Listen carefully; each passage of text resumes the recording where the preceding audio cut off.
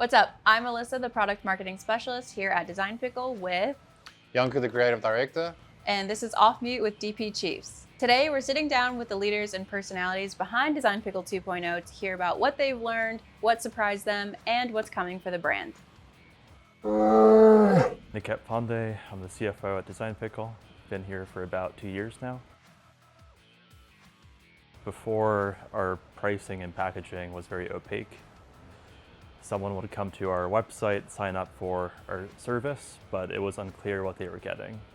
Now with our new DP 2.0, they're getting very discrete pricing for different components of our platform. I think for me, Design Pickle came into existence in 2015 as a disruptor to this market. When Russ started it, it was a pioneer. And I think over time, we lost our way in terms of our visual identity. And with the new rebrand, we're going back to our roots. And I think with the new colors, the new fonts, and the new positioning, it's really like a homage to where Design Pickle used to be. Hi, my name is Bryan Butvidas. I am the director of marketing at Design Pickle. I think the rebrand is more of us upgrading. We've gone from the pickle guy fun design company to where the new brand allows people to have more trust in us. It's a little bit more, I guess adult might be the best word.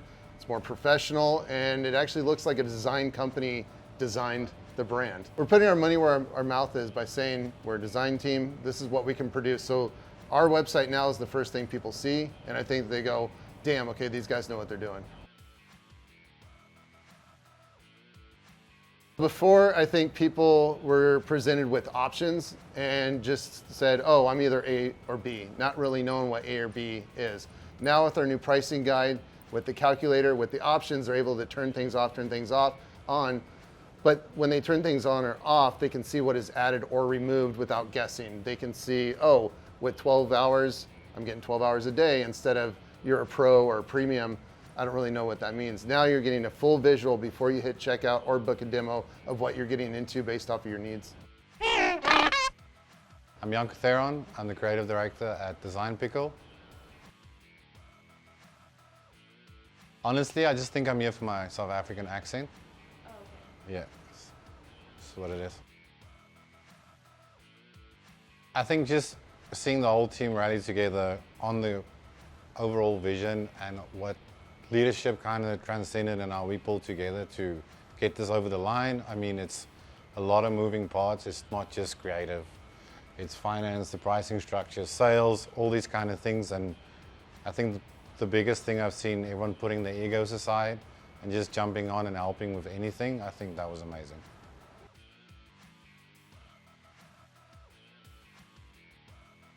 Trusting the team so early and just seeing how they deliver and show up, I think that was one amazing thing this team did and where they came from, so that was very cool to see. I'm Chris Shaw. I've been with DP almost 4 years, so June 28th will be my 4th year. I run all of products. I started with product management, and now I own engineering, product design, AI, IT, so anything that's technical or platform, that's typically what I'm leading. Being platform first makes it where we have to grow the company using software technology in the platform. It's no longer a sales first or service first oriented company. And so we have to build it in a way that we're going after the masses. So we're really trying to build something where we don't know what the future will hold. And so we want to go after a creative operations hub or an ops hub. And I think that's where it gives us a lot of purpose and a lot of ability for us to dabble end to end in the creative workspace for solving things that our customers have, and those needs change. So we have kind of a central gravity of something now that product and technology can now drive the company with growth.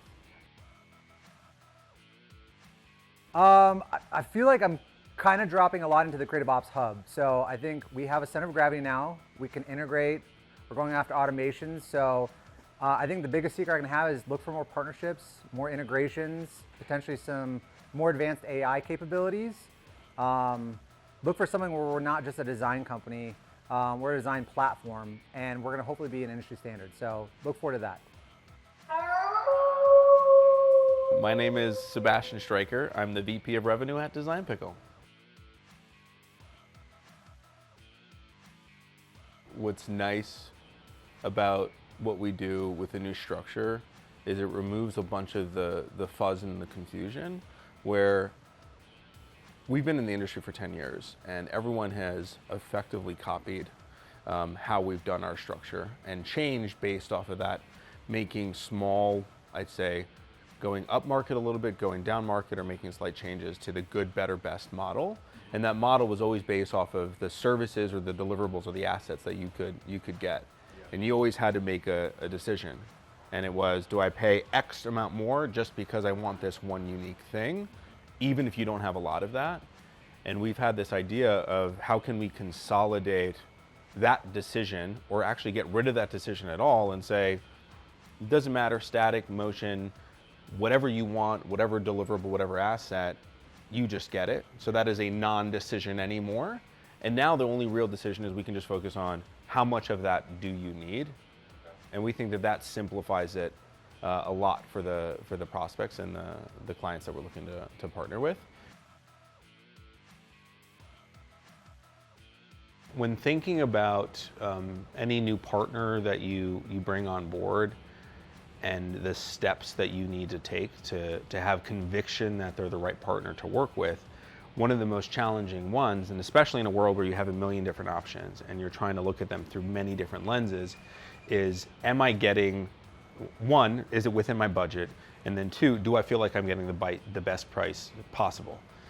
And in traditional sales motions, depending on who you speak to, when you speak to them, is at the end of the month, end of the quarter, is there a special incentive going on, you're going to get varying pricing across the board. And in the new pricing structure, removing variability in terms of traditional discounting, where you say, well, great, if you sign up before the end of the month, I can give you 15% or 20% off, or if you do a certain different commitment, you can get more too. We've really leaned into that second piece, where based off of your level of commitment that you have with the Design Pickle, and how non-temporal or non-temporary your need is, and how long-term of a partner, that we lean into providing really, really strong discounting. So I would say in a traditional model, if you go to an annual, you maybe get 10% off. With us, you go to an annual agreement, we're giving somewhere in the range of 32 to 33% off. If you do a quarterly agreement, somewhere around 17% off. So we've really found the sweet spot in our margin where we can provide the best level of service at an insane value to the right people, but still also providing the flexibility for this uncertainty, because design in and of itself it's very subjective, and there's uncertainty that somebody can deliver on it. So there are still people that say, well, hey, I really want to do a month-long commitment, but then they get conviction, and then they agree to quarterly, or then they agree to annual. And I think that allows us to meet our potential new partners where they're at in the buying process, but also remove the negotiation from the conversation so that we can focus on what's the value that business needs and get right to delivering against it. Jennifer Doepke, VP of Customer Success, and I have been here for 3.5 years. So customers have more access to more services for a lower cost. So they really get to experiment with their own marketing efforts and what they're doing at a lower price point. It will help them expand and try things that they maybe haven't tried in the past. And then as a CS team, we're really working to educate folks from the CS perspective, not just from the marketing perspective. So using our art directors to help educate and share best practices. So just to give the backstory, we brought in art directors because clients asked for them. That's #1 feedback we got was art direction on surveys. Also, it's not just behind the scenes. So art directors are working with PCs and CSMs, but they also work directly with clients now if it's at a level where that's included or if you pay for professional services. It's a game changer to have these folks behind the scenes, PCs, art directors, CSMs. That collaboration has grown from infant stages to like really explode to give a better client experience and ensure we're really listening and following through. Rob Morris, I've been with Design Pickle for 3 years, and I'm the SVP of Operations, so oversee all of the creative services side of the business.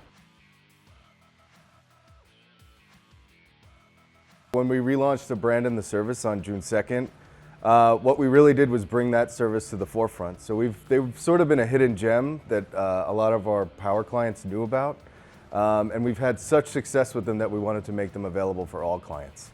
So if you think of a production coordinator, they're really just your advocate in the system. They're working your day-to-day, managing your queue, helping you get the most out of your subscription. And art directors there overseeing the work, ensuring creative quality, and really honing in on your brand, so we're delivering the best possible deliverable.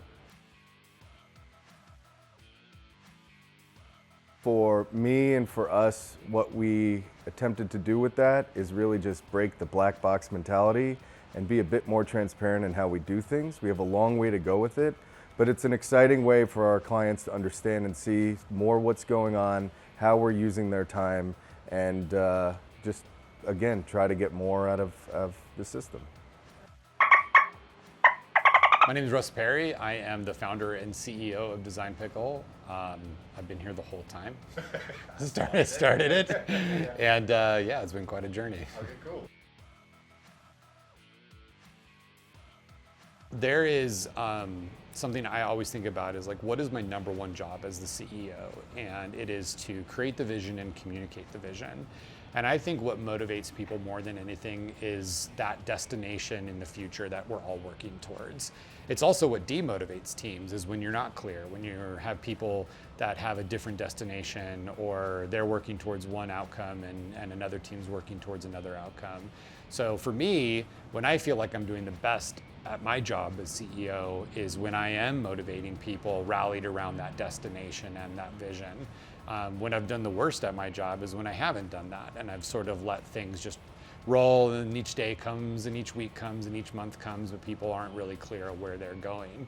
So I think with our new brand and our new plans, it was a catalyzing moment for our teams to be motivated around something and create like a new foundation that we all were a part of. Like this entire team that worked on this project can look at the brand, look at the plans, look at everything that we've done and said, I was a part of that.